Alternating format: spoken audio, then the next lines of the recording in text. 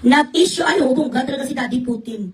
Nag-issue ng arrest warrant ang Russia against ICC judges. And when it's Putin, it means it's the best. Wala ka problema kapag si Putin ang pumasok dyan sa ICC kag pangulihin silang lahat. Wala natatakot si Putin, hindi natakot sa gira na totoo. Mga uto-uto ang bilang sing Iloy, this is going, you know, this is, they started with Tatay Digong, and now everyone, or whoever, that doesn't follow what Bangag wants, they are going to turn to ICC. But look, because Putin is a friend of Tatay Digong, and he is also friends with the President of China. And these are the countries na hindi mo talaga mabambang. And Trump already said that they're going to file a criminal case against ICC as well. And what is the power that ICC holds? Nothing. None.